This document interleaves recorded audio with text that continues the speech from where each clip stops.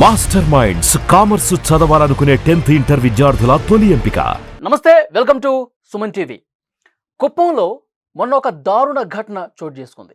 ఒక అమానుషమైన ఘటనని చెప్పాలి. ఒక మహిళ 80,000 రూపాయలు ఆ మహిళ భర్త అప్పు తీసుకున్నాడు. ఆ అప్పు తీర్చలేదనే కారణంతో ఆ మహిళను చెట్టుకు కట్టేసి అత్యంత అమానుషంగా మునికన్నప్ప అనే వ్యక్తి ప్రవర్తించాడు. ఈ విషయం రాష్ట్ర వ్యాప్తంగా సంచలనమైంది. ముఖ్యమంత్రి చంద్రబాబు నాయుడు గారు నేరుగా శిరీషతో మాట్లాడి ఆ కుటుంబానికి ఒక భరోసా ఇచ్చిన పరిస్థితుంది. ఆ మహిళ ప్రస్తుతం లైవ్ కాల్లో జాయిన్ అయ్యారు సుమన్ టీవీతో మాట్లాడటానికి. శిరీష నమస్తే అండి. నమస్తే సార్. శిరీష, ఆ రోజు ముఖ్యమంత్రి చంద్రబాబు నాయుడు గారు ఈ ఘటన మీద స్పందించి మీకు నేరుగా ఫోన్ చేసి మాట్లాడారు, మీకు భరోసా ఇచ్చారు, మీ కుటుంబానికి అండగా ఉంటామని కూడా చెప్పారు. అసలు ఆ రోజు ఏం జరిగిందమ్మా, ఒక్కసారి సుమన్ టీవీకి చెప్పండి. నేను బెంగుళూరులో ఉన్నాను సార్. బెంగుళూరు నుంచి నా పిల్లల టీసీ కోసమని వచ్చాను. మనం వెళ్తే ఏదో నోట్లో తిడతారని నేను అనుకున్నాను. స్కూల్ మేడం ఫోన్ చేసి మరి డబ్బులు ఇవ్వాలా వాళ్ళకు, వస్తే ఏమైనా తిడతారేమో, మీరు ఎక్కడైనా ఆ ఊరు దాటి వచ్చి అవతల ఇస్తారా బయట ఇస్తారా టీసీ అని అడిగినాను.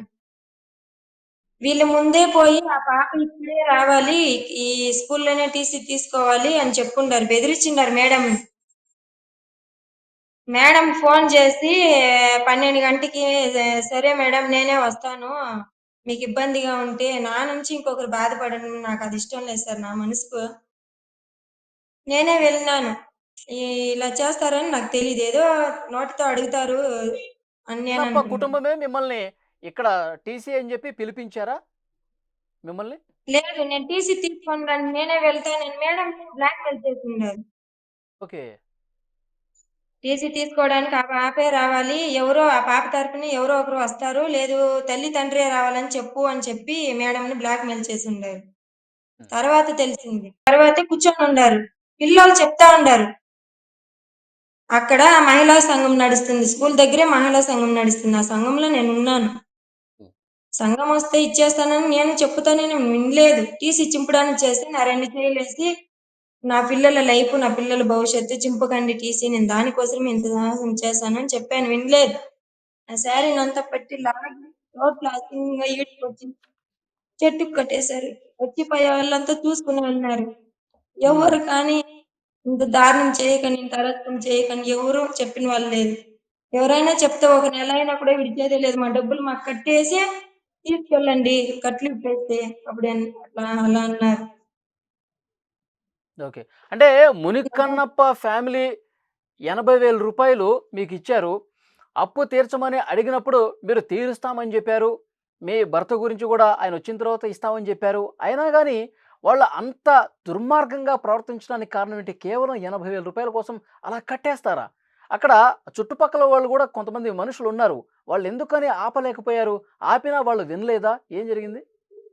అది కాకుండా ఇంకా అప్పుంది సార్. మా ఇంటాయనైతే మన భార్య పోతుందని చెప్పేసి చీటీ డబ్బులు కూడా వేసుండాడంట. ఆ మాట కూడా వాళ్ళే చెప్తారు, చీటీ డబ్బులు వేసుండాడు మీ ఇంటాయన, భార్యని ఏమి తిట్టకూడదని మా ఇంటాయన వేసుండాడంట. ఆ మాట వాళ్ళే ఈడ్చుకొచ్చేటప్పుడు చెప్తా ఉన్నారు. వాళ్ళకి ఇచ్చే డబ్బులు మాకు ఎంతో కొంత ఇవ్వచ్చు కదా. నేను చేసే పనికి నా పిల్లల్ని పోషించుకునేకే సరిపోతా ఉంది. మరి పింఛను అందుబాటులో లేదు. ఆ పాప ఏదో మా అమ్మని ఏమి అనకూడదనేసి ఎవరు లాక్కుంటే వాళ్ళకి ఇచ్చేస్తది. 11 ఏళ్ల పాపతో చేతిలో లాక్కుని వెళ్ళిపోతారు. సరే ఫోన్ చేసినప్పుడు ఈ మారి లాక్కున్నారమ్మా అంటే, సరే మనం వాళ్ళకి ఇవ్వాలా కాబట్టి మీకు ఏ ఇబ్బంది ఉండకూడదు ఊర్లో అని చెప్పి నా పని నేను చేసుకొని ఏదో ఒక సంవత్సరం మా అత్త దగ్గర పెట్టాను పిల్లోళ్ళు ఇద్దరిని, 2 ఆడపిల్లల్ని. నా కొడుకు చిన్న పిల్లోళ్ళు, వాళ్ళు చూసుకునేవాళ్ళు. గతంలో కూడా ఇట్లా చేసిందా ఆ ఫ్యామిలీ? మునికన్నప్ప వాళ్ళ ఇంట్లో వాళ్ళు వదిలిపెట్టారా చాలా? వచ్చిపోయేటప్పుడు తిట్టేవాళ్ళు సార్, ఏందంటూ లేదు, బూతులు తిట్టేవాళ్ళు. సరేలే ఇస్తాను, నాది పొదుపు వస్తే ఇస్తాను అలా అని చెప్పేసి వెళ్ళిపోయేదాన్ని. క్రితం వచ్చినాను సార్ నేను, నా పిల్లలకి లీవ్ నా దగ్గర పిలుచుకోపోయి పెట్టుకుంటాం అనేసి, అప్పుడు చూసేసి తిట్టినారు. ఇదే కాదు సార్, మా ఇంటి ఆయన ఒక సంవత్సరం నుంచి బ్లాక్ మెయిల్ చేసిరి, అదంతా కళ్ళతో చూసి నేను ఎవరికి చెప్పుకోలేదు. మాకే రక్షణ, మాకే ఊరి అండ లేదు, ఎవరు లేరు. మన భర్తని ఇలా చేస్తారు అనేసి నా మొగుడైతే దిగులు పడి వెళ్ళిపోయినాడు. 16 లక్షలు తీసి తెలిసిపోయి నేను ఇంట్లో ఉన్నాను. మీ ఇంటాయన ఈ మారి తమ్ముడికి 16 లక్షలు ఇచ్చినాడు. నువ్వేం అడగవా? రేపు నీ పైన వాళ్ళ భార్య మొగుడు చేసే నీ పైన దాడి చేస్తే నువ్వేం చేయగలుగుతావు అని ఒక్క నిమిషం పక్కన అమ్మా, కూర్చోమన్నాడు. ఒక్క నిమిషం. నాకు తెలిసి అడిగేదాన్ని. అడిగినందుకు ఇద్దరు గొడవలు పడినాం. తమ్ముడి ఇది కూడా ఉంది సార్. మా మరిది గారు ఇచ్చిన అప్పు గురించి కూడా గొడవలు పడినాం. ఎంత 10,000 లక్ష 2 లక్షలా? ఎప్పుడు ఇస్తాడు? ఈ రోజు వాడి పెళ్ళాం నిలిచినారా? వాడి బిడ్డలు ఏమన్నా అడిగినారా? నా కొడుకు ఎలా ఏడుస్తాడు సార్? మీ భర్త ఊరు నుంచి వెళ్ళిపోయి చాలా రోజులు అవుతుందని చెప్తా ఉన్నాడు మునికన్నప్ప. వాళ్ళ ఫ్యామిలీ కూడా చెప్తా ఉన్నారు. మీ భర్త ఎందుకని ఊళ్ళో లేరు? వీళ్ళ ఇబ్బందులు తట్టుకోలేక ఏమన్నా బయటికి వెళ్ళిపోయాడా? అప్పుల వాళ్ళ ఇబ్బందులు తట్టుకోకుండానే సార్ పని బయట ఎక్కడన్నా చేస్తే అక్కడి నుంచి కూడా లాక్కొచ్చేవాళ్ళు. నువ్వు ఊర్లో ఉండు, మా అప్పుకి ఎప్పుడు ఇస్తాము ఏమని మాకు క్లారిటీ ఉంటుంది. నువ్వు మాకు దూరంగా వెళ్ళి ఉంటే మేము ఎలా అప్పు వసూలు చేసుకోగలుగుతాము? ఇక్కడే ఉండి ఏదైనా పని చేసుకొని అప్పు తీర్చు అని చెప్పేవాళ్ళు సార్. తూక్కెళ్ళి ముఖం పైన అంతా ఉంచి కొట్టేవాళ్ళు సార్. అప్పుడు కూడా నేను ఎవరితో చెప్పుకోలేదు. మనము తీసుకున్న అప్పుని తిరిగి అలాగే ఇవ్వాలా? వాళ్ళు ఎలా ఇచ్చారో మన కష్టానికి మనం కూడా అలాగే ఇవ్వాలనే నీతికి నేను ఇదన్నాను సార్.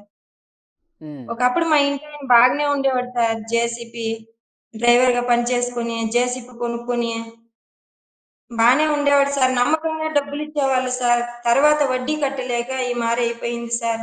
ఇప్పుడు కూడా ఎవరి అప్పు పెట్టుకోము మేము. మాకున్న కొంత పొలాన్ని అమ్మి మా ఇంటాయన చేసిన అప్పు నేను అమ్మేసి ఇస్తాను సార్.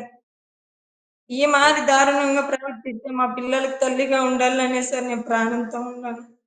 కానీ చాలా దారుణంగా ప్రవర్తించారండి మునికన్నప్ప వాళ్ళ కుటుంబ సభ్యులు. చెట్టుకు కట్టేయటం ఒక మహిళని చాలా దారుణం. అంటే మనం ఇంకా ఈ సమాజంలో, సభ్య సమాజంలో పూర్తిగా అందరూ కూడా తలదించుకునే విధంగా వాళ్ళు ప్రవర్తించారు. అందుకే కదా ప్రభుత్వ యంత్రాంగం కూడా పూర్తిగా ఒక్కసారిగా కదిలింది. మీకు హోమ్ మినిస్టర్ గారు కూడా ఫోన్ చేశారు కదండి ఆ రోజు జరిగినప్పుడు. వీడియో కాల్లో మాట్లాడినట్టున్నారుగా అనిత గారితో. ఏమన్నారు మేడం? చేశారు. చాలా దారుణమమ్మ జరిగింది. చాలా బాధగా ఉంది. మీ పిల్లలకు గాని, మీ కుటుంబానికి కానీ భరోసా మేమున్నాము. రక్షణగా మేముండాము. దీనికి ఇక మీదట ఎవరు బ్లాక్‌మెయిల్ నీకు లేదు. ఇన్ని రోజులు ఎన్ని బాధలు పడుంటావు పిల్లల దగ్గర లేకుండా. పిల్లల కోసమే నేను ఇన్ని బాధలు పడతా ఉండే సార్. ఎక్కడో బెంగుళూరులో వెళ్ళి నా పని నేను చేసుకుని.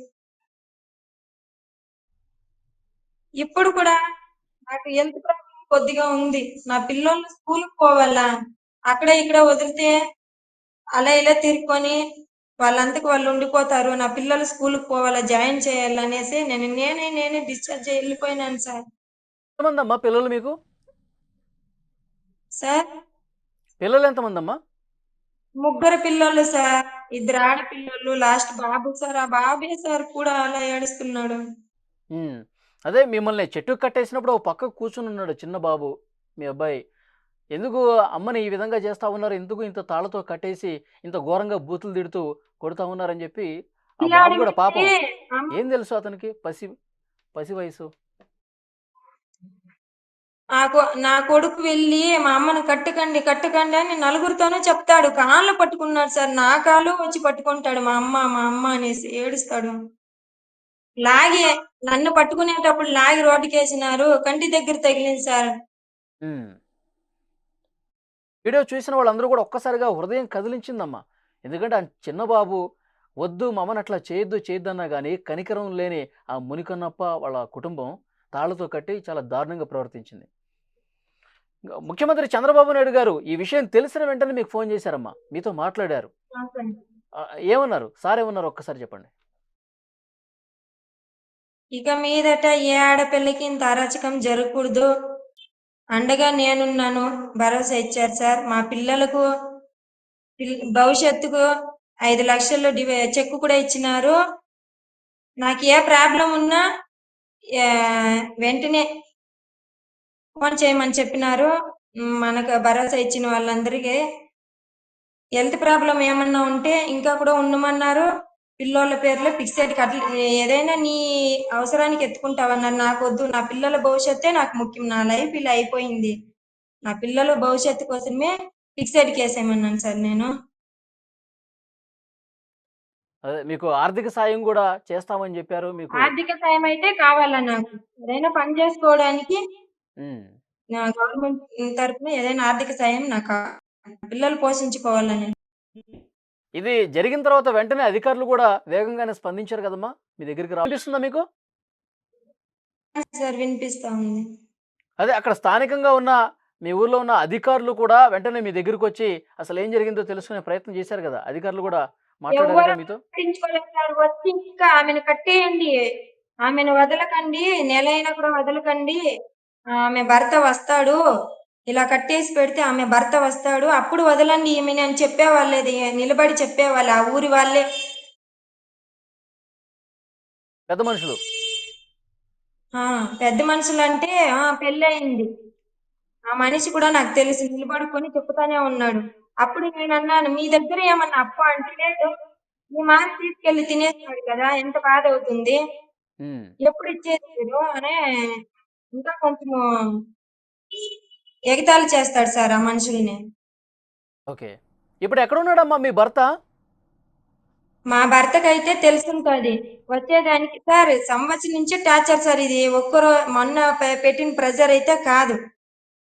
మా ఇంటి ఆయన కూడా ముందు ఇంకుండే అప్పులోళ్ళు కూడా మా ఇంటికి తాళాలు వేయడం గాని, ఇంట్లో నువ్వు ఉండకూడదు, పిల్లోలతో పాటు నువ్వు ఉండకూడదు అని టార్చర్ పెట్టేవాళ్ళు.